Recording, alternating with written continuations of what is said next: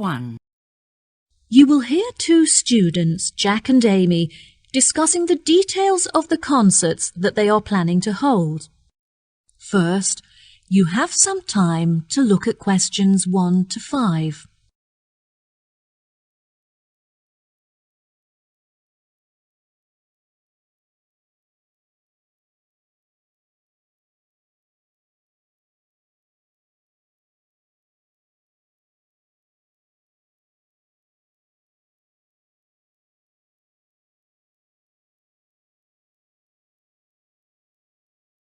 Listen carefully and answer questions 1 to 5.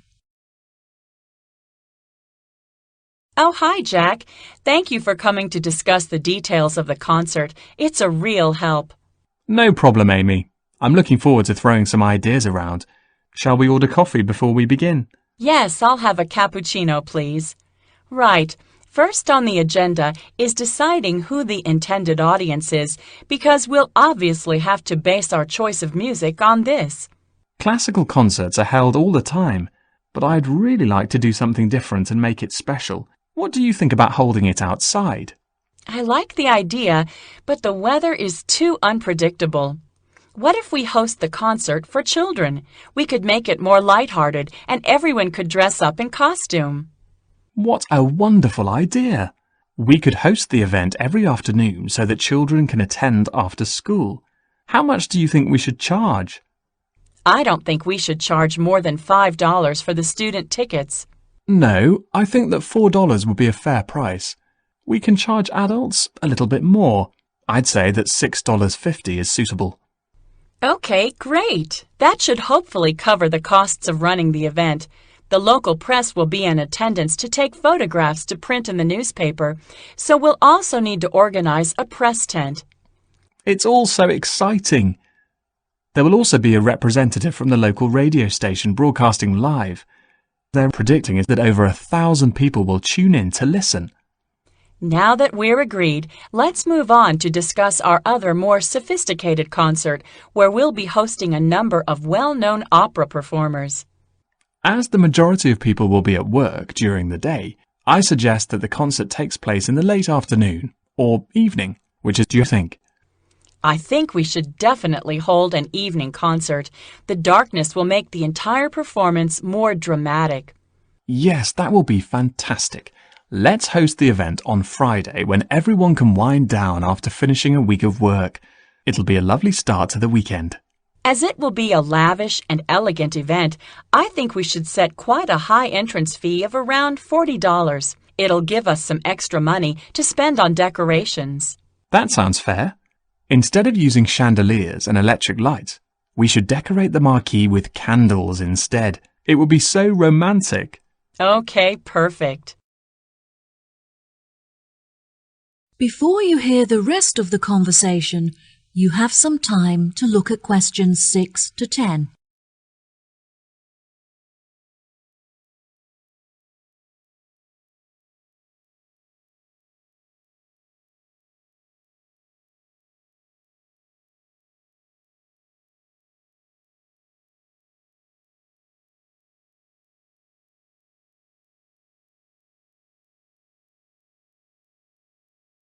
Now listen and answer questions 6 to 10. Now, moving on to the concert where we showcase talented opera singers from the local area. Perhaps we should host this opera show on Monday evening? I think that the venue is already booked on Monday, but Tuesday will do nicely. How much do you think we should charge the audience for tickets? Since the performers are not professionals, perhaps we should make this a free event. Yes, tickets will be free, but we should ask everyone for a donation so that we can cover the costs of the venue and food and drink. The venue also comes complete with a piano, so hopefully one of the performers will be able to play. I had lessons when I was younger, but I'm not accomplished enough to perform in front of an audience. Well, what if we make our final concert a karaoke night where everyone of any ability can sing on stage? It could be really good fun, and it would give everyone the opportunity to join in. Yes, I love that idea. Let's hold it during the day on Saturday so that everyone, including families and the elderly, can attend. Perhaps we should offer concessions for students, children and the elderly to make the tickets more affordable and encourage everyone to come. Yes, definitely. I think that the majority of the crowd will be composed of families and friendship groups, so we should avoid giving a group discount to maximize the income from ticket sales. Let's arrange a secret surprise to end the show on a high for everyone. How about a band performance? One of my friends happens to know a famous singer who I'm sure would be happy to perform for a small fee. Oh, wow, that sounds brilliant! Well, I think we've addressed the details for all of the concerts. Thank you so much for helping. See you later. That is the end of part 1. You now have half a minute to check your answers.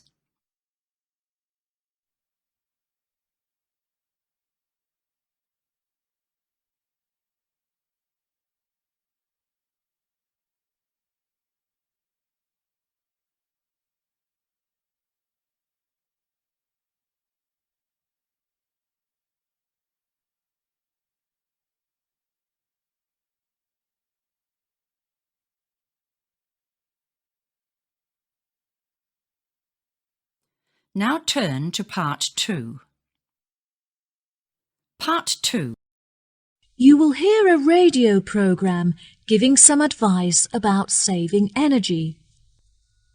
First, you'll have some time to look at questions 11 to 16.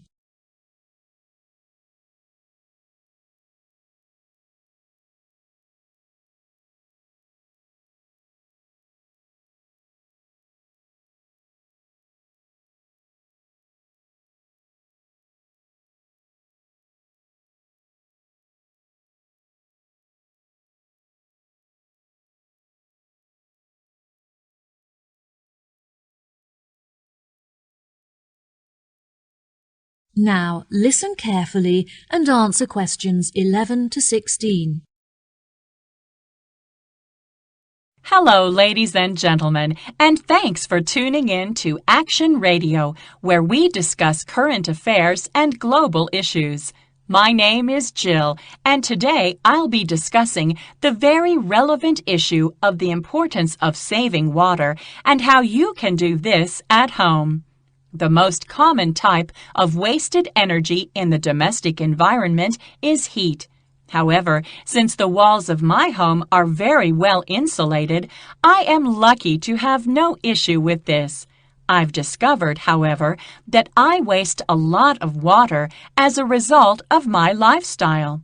I've researched ways to minimize my water usage online and have been pleasantly surprised to find that there are specialists in the area who can make some changes to my home immediately. The only downside is that the works are quite expensive and there are no means of getting financial assistance. Now, if any of you listeners are interested in reducing your energy usage, here are a couple of easy and positive changes you can make immediately. A lot of the magazines will recommend that you change your bulbs for those with energy-saving capabilities. However, I have found that these make little difference to your electricity bills, and they also severely reduce the light levels in your home. Instead, simply switch off all plug sockets and appliances to make an immediate saving on your electricity consumption. If this doesn't make enough of a saving for you, you could later try turning down the thermostat as well. Despite the discount that my energy provider gave me for prompt payment, my monthly bills were very expensive for the amount of energy that I was using, so I decided to change providers. Not only did I make a huge monthly saving, but the company also offered me other perks.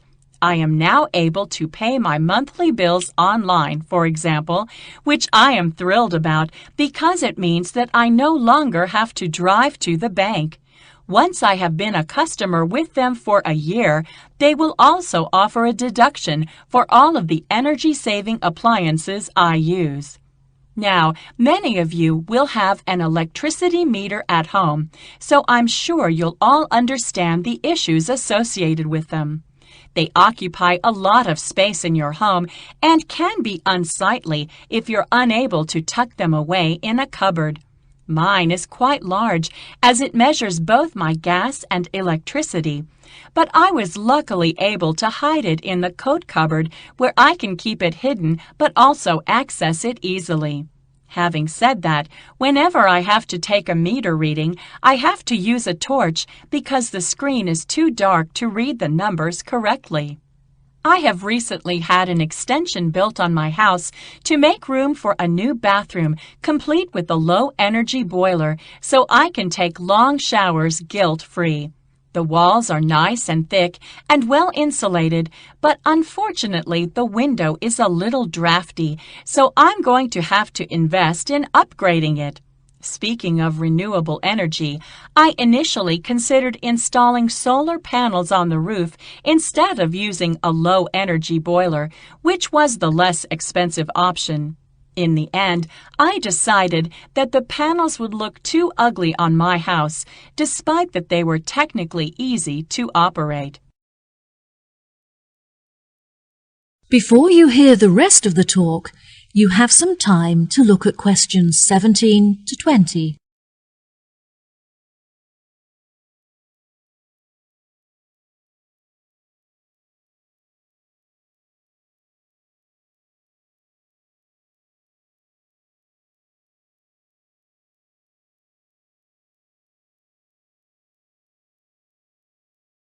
Now listen and answer questions 17 to 20. Now, if you're a fan of taking long showers like I am, then switching from baths to showers will not help to reduce your water usage.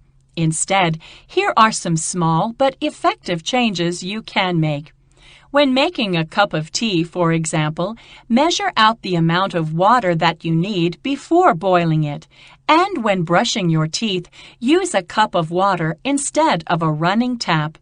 I tried filling up my washing machine before switching it on, but I found that the clothes were not thoroughly cleaned, so I would not recommend this. If your tap drips when it is turned off, then you should call a plumber to fix it, as this can result in a lot of water being wasted. Before finishing today's show, I'd like to address two questions that we often get asked by listeners. We had some great feedback about our answer to last week's question on how to calculate the price involved in powering domestic appliances, so let's see how we do this week. One of our most commonly asked questions this week was which device is the lowest energy option for watching films? The simplest answer is that the smaller the screen, the lower the energy used. One of our listeners wrote in with a question that made me chuckle, and the answer is yes, solar panels only work when the sun is out. Now, on a more serious note, a number of you wanted to know what the most efficient temperature is to set the thermostat to. The answer is that the closer you set it to room temperature, the lower the energy used. Before I say goodbye until next week, I'll leave you with one last tip. Turn off the lights when you leave the room. That is the end of part 2. You now have half a minute to check your answers.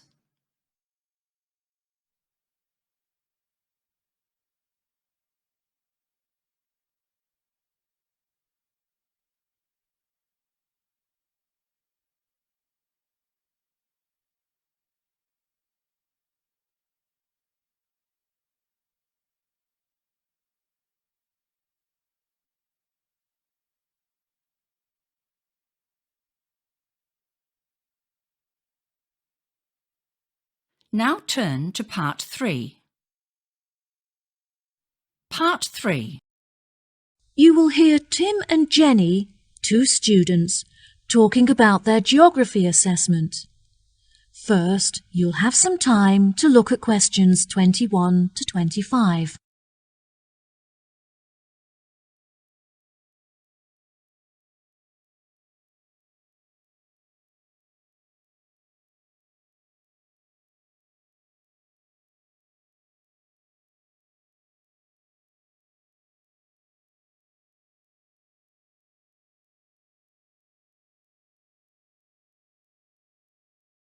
Now listen carefully and answer questions 21 to 25.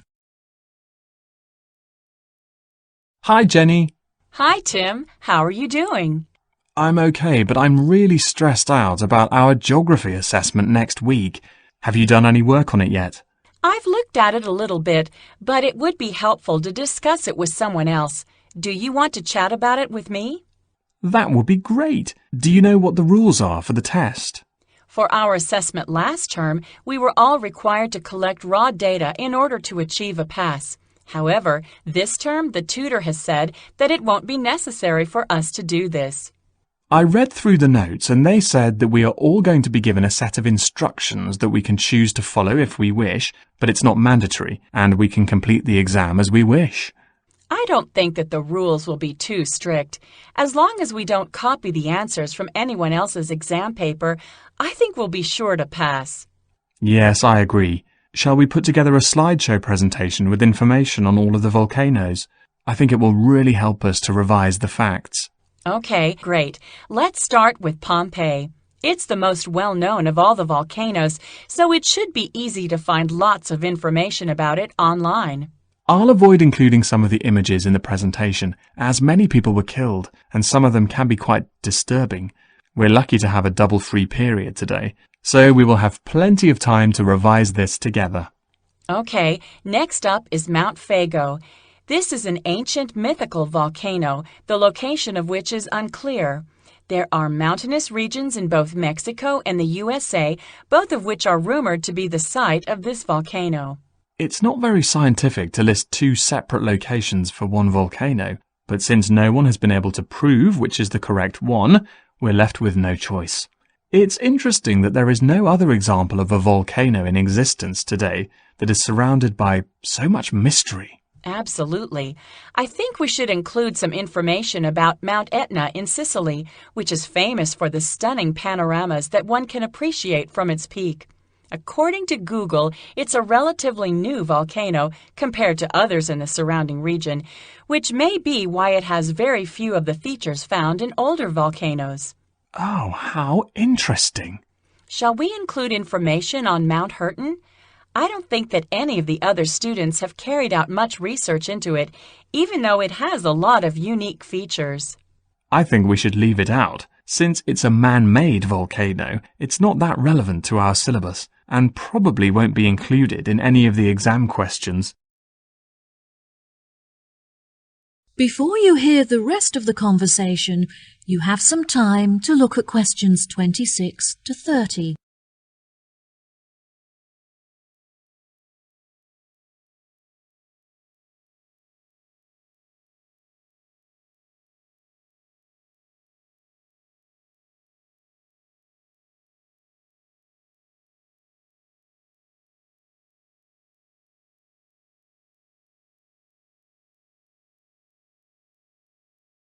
Now listen and answer questions 26 to 30. Have you gotten feedback from your tutor on your presentation last week? Yes, I have, but I don't think he was very impressed. He was satisfied by the amount of research that I had prepared before I started, but he criticized the fact that I was mostly summarizing the facts instead of giving my own opinion. Oh, that's a shame. It was frustrating that he criticized my work, but in the end I learned a lot from my tutor's feedback. He advised me that next time I should present my work as a short documentary film, which he thinks will help me to strengthen my arguments. What topic was your presentation based on? I chose to write about the lack of knowledge that most people have about volcanoes, and the fact that they see them in such a negative way. During documentaries and lectures, the scientific experts often neglect to mention the many positive features that volcanoes possess. That sounds really interesting. Well done. I think everyone enjoyed watching, but I was really nervous about talking in front of an audience. I also felt very underprepared, since I didn't finish writing the presentation until the night before, and therefore had no time to rehearse it. I'm sure it was great. Is there any other information that you think we should include in our slideshow for revision? Yes, I think it's important that we list all of the differences between active and extinct volcanoes, as there will definitely be a question on this topic. There are no documentaries on the subject, but there's a very informative website that discusses the geological structure of each volcano type. Okay, well, I'll continue collecting images and you can carry on with the online research. That is the end of part 3. You now have half a minute to check your answers.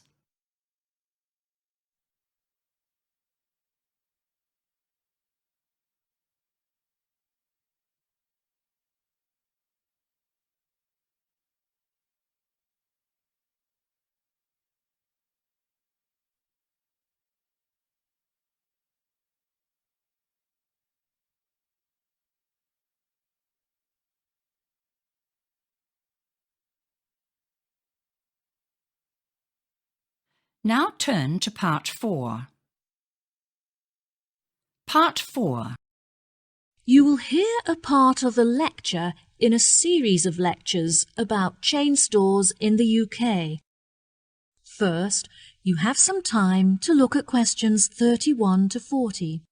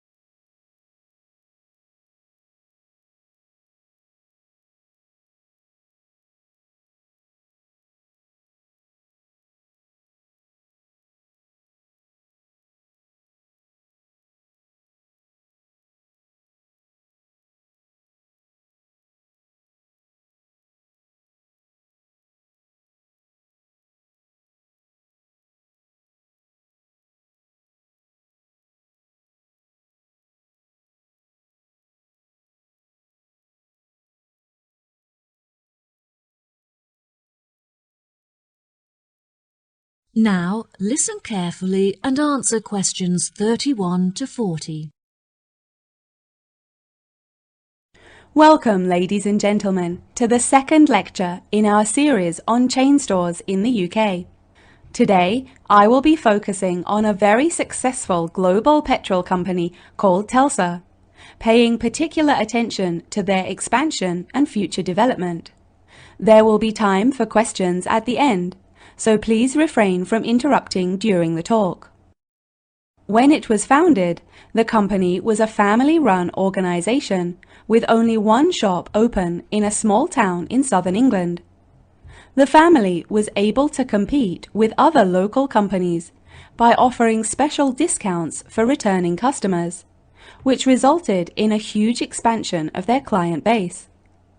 This strategy was so successful that they were able to open petrol stations across the country, subsequently increasing their market share in England.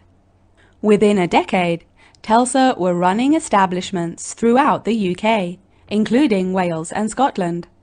By comparing the sales income from all of their stores, they were able to collate data that highlighted which areas were the most profitable and receptive to their business. They discovered that by closing the less profitable stations in the south of Scotland, they could increase the income from their other more profitable stations. This example demonstrates the importance of constantly monitoring and maintaining a clear view of the finances of the company. Once the expertise required to run the company had exceeded the abilities of the family, they needed to hire professional consultants. After assessing the company's financial statements, the consultants advised that Telsa close the head office of the convenience stores in Oxford.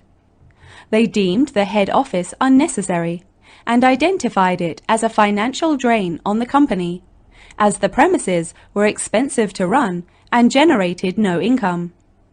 In order to avoid firing any employees, they transferred over 200 staff to other offices and retrained them to carry out their new roles.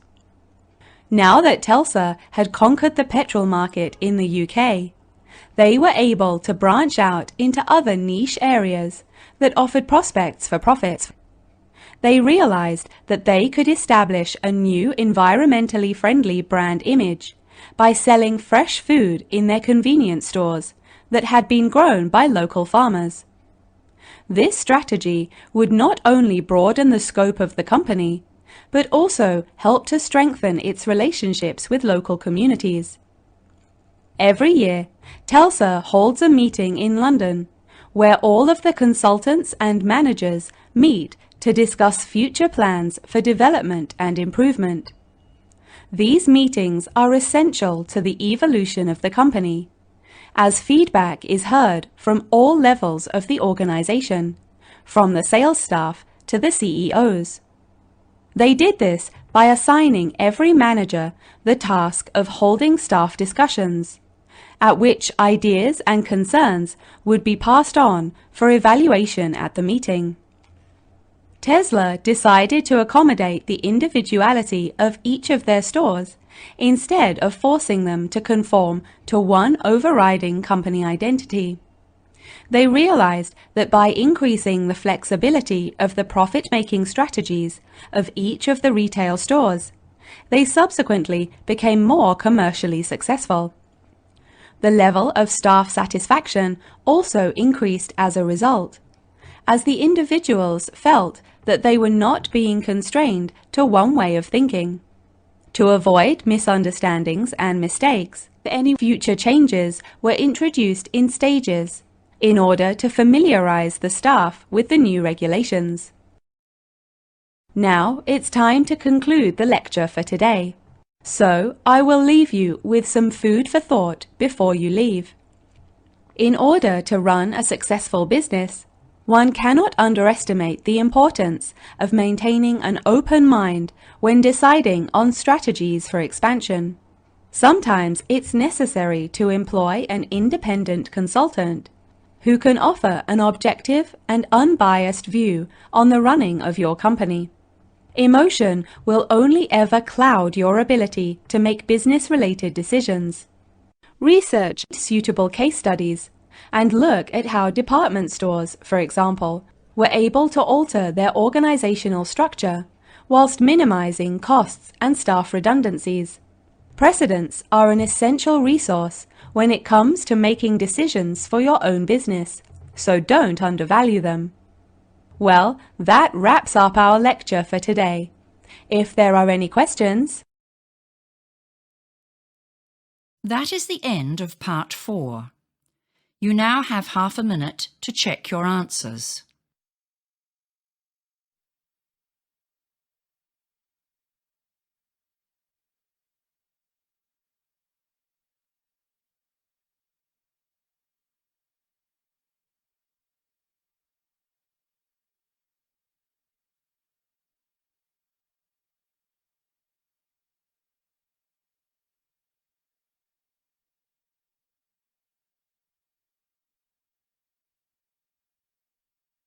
That is the end of the listening test. You now have 10 minutes to transfer your answers.